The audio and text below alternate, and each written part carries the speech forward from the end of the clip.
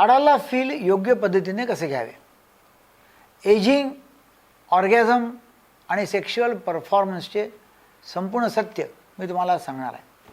तुम्ही कधी टाळाला फील घेतला आहे का? पण योग्य रिझल्ट तुम्हाला मिळाला नाही, किंवा तुम्ही एजिंग करता आणि वाटतं की यामुळे काही नुकसान तर होणार नाही. आज मी तुम्हाला क्लिअर, सायंटिफिक आणि प्रॅक्टिकल पद्धतीने सगळं समजावून सांगणार आहे, कोणत्याही कन्फ्युजनशिवाय.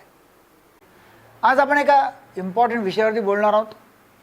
इरेक्टाईल डिस्फंक्शनसाठी वापरल्या जाणाऱ्या औषधी, जसे टाळाला-फील, त्यांचा योग्य वापर, एजिंग आणि ऑर्गॅझम मागचं सायन्स.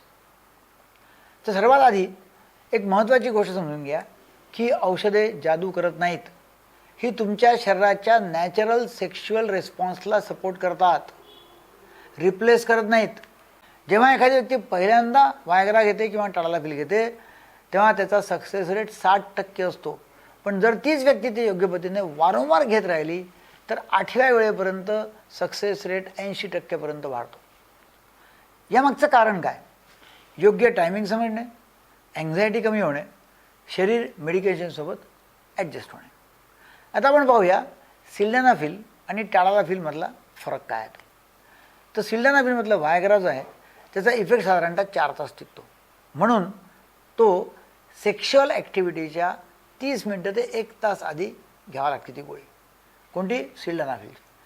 तर टाळाला-फील जे आहे त्याचा हाफ लाईफ जे आहे तो खूप मोठा आहे, 36 तासापर्यंत काम करतो. म्हणजे एक टॅबलेट जर तुम्ही घेतली तर वीकेंड तुम्ही एन्जॉय करू शकता, काही प्रॉब्लेम नाही आहे. त्यामुळे टाळाला-फील हे स्पॉन्टॅनिटी टिकवून ठेवतं, हळूहळू काम करतं आणि ते सायकोलॉजिकली खूप महत्त्वाचं आहे. तर सर्वात महत्त्वाचा प्रश्न आहे, खाण्याबरोबर घ्यायचं की आधी घ्यायचं? सिल्डेनाफिल जे आहे ते हेवी मीलसोबत घेतल्यास त्याचा परिणाम कमी होतो. त्यामुळे सिल्डेनाफिल मतलब वायग्रा रिकाम्या पोटी किंवा हलक्या जेवणासोबत घ्यावं. पण टाळाला-फील जे आहे ते फूड म्हणजे खाल्ल्यामुळे जेवणामुळे प्रभावित होत नाही, त्यामुळे ते खाण्याबरोबर तुम्ही घेऊ शकता. आता एक ॲडव्हान्स कन्सेप्ट आहे, काही लोक डेली लो डोस घेतात 5 मिलीग्रामचा. यामुळे औषध शरीरामध्ये सतत राहतं आणि परफॉर्मन्स अँक्झायटी कमी होते, कारण मध्ये मध्ये इरेक्शन्स येत राहतात. त्याचबरोबर हे प्रॉस्टेट एनलार्जमेंट म्हणजे BPHमध्येही चांगलं मदत करतं. आता BPH म्हणजे कसं की वारंवार लघवी लागणे, युरिन फ्लो कमकुवत असणे, रात्री वारंवार उठणे, त्यामुळे प्रॉस्टेटचे लक्षणं असू शकतात. आता क्लिनिकल पॉईंट काय? ही औषधे इरेक्टाईल डिस्फंक्शन पूर्णपणे बरी करीत नाहीत, फक्त सिम्पटम्स मॅनेज करतात. मग मूळ कारण काय असू शकेल? मूळ कारण होऊ शकतं diabetes, high blood pressure, high cholesterol level, early heart disease, thyroid hormone deficiency. त्यामुळे प्रत्येक पेशंटमध्ये रूट कॉज शोधणं अत्यंत गरजेचं आहे. आता आपण साईड इफेक्टबद्दल बोलूया. वायग्रा म्हणजे सिल्डेनाफिलमध्ये नेझल कंजेशन, नाक दबणं, नाक चोंदणं, फ्लशिंग, कधीकधी व्हिजन बदलणं म्हणजे निळसर दिसणं, असं झालं तर ताबडतोब बंद करा. टाळाला-फीलमध्ये मसल पेन होतं किंवा शरीर दुखतं, वेदना होतात. आणि एक अत्यंत महत्त्वाची वॉर्निंग आहे की जर तुम्ही नायट्रेट मेडिसिन्स घेत असाल, जसं नायट्रोग्लिसरीन, तर ही औषधे अजिबात घेऊ नये किंवा त्या दिवशी रात्री ब्लड प्रेशरची औषधं घेऊ नये, कारण ही औषधं जी आहेत सेक्सची ही ब्लड प्रेशर कमी करू शकतात. महत्त्वाची वॉर्निंग आहे की जर तुम्ही नायट्रेट मेडिसिन्स म्हणजे नायट्रोग्लिसरीन घेत असाल तर ही औषधे अजिबात घेऊ नये किंवा ब्लड प्रेशरची औषधं बंद करावीत, कारण ब्लड प्रेशर खूप कमी होऊ शकते औषधांमुळे. आता आपण महत्त्वाचा विषय घेऊ, एजिंग. एजिंग म्हणजे काय? ऑर्गॅझम जवळ येऊन अगदी आलेलं आहे तेव्हा स्वतःला थांबवणं आणि प्रक्रिया वारंवार रिपीट करणं. अनेक लोकांसाठी यामुळे ऑर्गॅझम जास्त इंटेन्स होतं. आणि जर सर्व काही नॉर्मल असेल, वेदना नसतील, समस्या काही नसेल, तर हे सेफ आहे. पण समस्या कधी सुरू होते?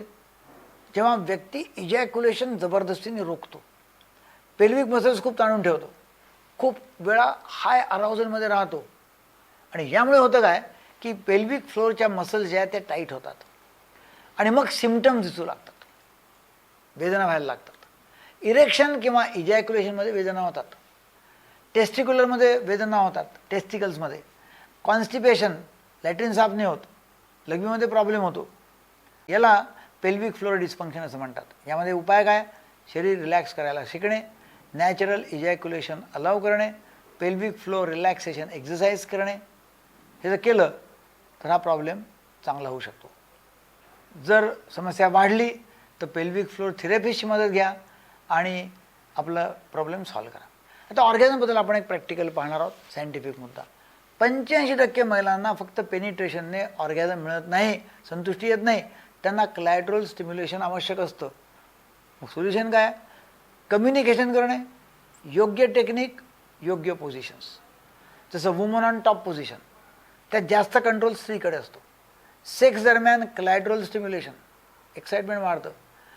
क्वाइटल अलाइनमेंट टेक्निक शिकणं हे आवश्यक आहे.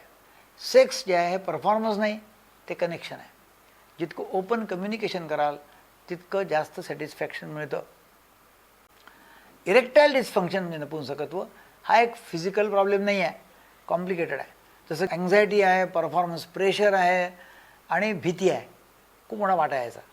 पहिल्यांदा औषध घेताना मनामध्ये प्रश्न येतो, हे औषध काम करेल का? आणि ही जी अँझायटी आहे त्या इरेक्शनला ती ब्लॉक करते. पण जर कॉन्फिडन्स वाढला तर आपोआप सगळं चांगलं व्हायला लागतं. शरीर नॅचरली रिस्पॉन्ड करू लागतं. सेक्स हे परफॉर्मन्स नाही आहे फक्त, तर एक कनेक्शन आहे. जेव्हा तुम्ही शरीर, मन आणि भावना तिन्ही समजून घेता तेव्हाच खरं समाधान मिळतं. जर तुम्हाला असं वाटतं की इरेक्टाईल डिस्फंक्शन औषधांशिवाय सुधारावा, परफॉर्मन्स अँझायटी कमी व्हावी, नॅचरल स्टॅमिना आणि कंट्रोल वाढावा, तर आमच्या व्हॉट्सॲप क्लासला तुम्ही जॉईन व्हा. 1-to-1 फ्री व्हॉट्सॲप क्लास आहे. त्यामध्ये आपण जरूर होऊन आपलं नाव रजिस्टर करा.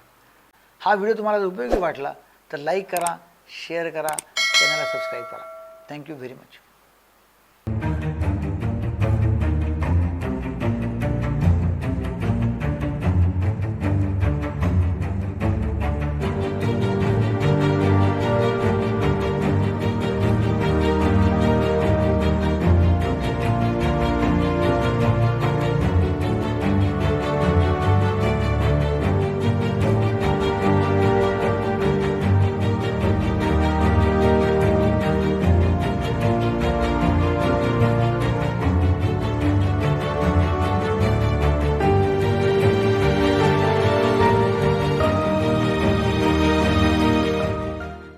सेक्स समस्याओं के बारे में मेरे काफ़ी सारे वीडियोस हैं. उसका हमने एक ऑनलाइन वीडियो रिकॉर्डिंग करके वर्कशॉप, एक कोर्स बनाया हुआ है. वो कोर्स जो है ऑनलाइन कोर्स, उसमें करीब करीब 60 वीडियोस हैं. और उसमें हिप्नोटिज्म की भी है कि हिप्नोटिज्म के माध्यम से नपुंसकत्व, शीघ्र पतन कैसे ठीक करना, और काफ़ी सारी सेक्स समस्याओं के बारे में जानकारी दी हुई है. वो समस्याओं की जानकारी से आपकी सभी सेक्स समस्याओं का समाधान हो सकता है. तो ये आप ऑनलाइन रिकॉर्डिंग कोर्स जो है, तो ये ऑनलाइन रिकॉर्डेड कोर्स आप हमारे ऐप से ले सकते हैं. उसका डिस्क्रिप्शन नीचे दिया हुआ है, लिंक दी हुई है ऐप की. और वैसे ही आप टेलीग्राम ग्रुप से आप यदि जुड़ जाते हैं, हमारे व्हाट्सएप ग्रुप से जुड़ जाते हैं, या वेबसाइट से, तो आपको ये ऑनलाइन कोर्स के बारे में जानकारी हो जाएगी. ये ऑनलाइन कोर्स करके आपके सभी समस्याओं का समाधान हो जाएगा. आप नीचे जो नंबर दिए उसके ऊपर भी कॉल करके वो ऑनलाइन कोर्स खरीद सकते हैं. इंस्टा मोजो की भी लिंक दी हुई है, उसमें आप डायरेक्ट पेमेंट कर सकते हैं. Thank you very much.